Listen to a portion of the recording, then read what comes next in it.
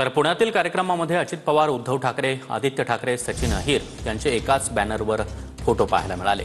ठाकरेंच्या शिवसेनेकडून आयोजित कार्यक्रमात कबड्डी असोसिएशनचे अध्यक्ष म्हणून हे फोटो लावण्यात आले। शिवसेना उद्धव बाळासाहेब ठाकरेचे युवासेना प्रमुख आदित्य ठाकरे यांच्या वाढदिवसाच्या निमित्तानं पुण्यातल्या बालेवाडी स्टेडियममध्ये आदित्य चषक या कार्यक्रमाचं आयोजन जे आहे ते करण्यात आलेलं आहे।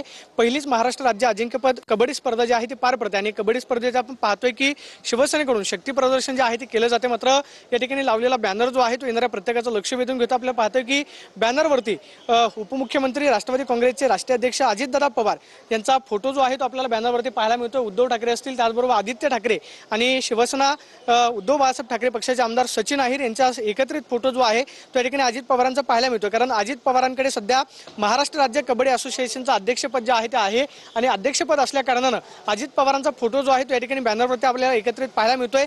Camera person Abhijit Pisesoni, Pradeep Kapse, TV9 Marathi.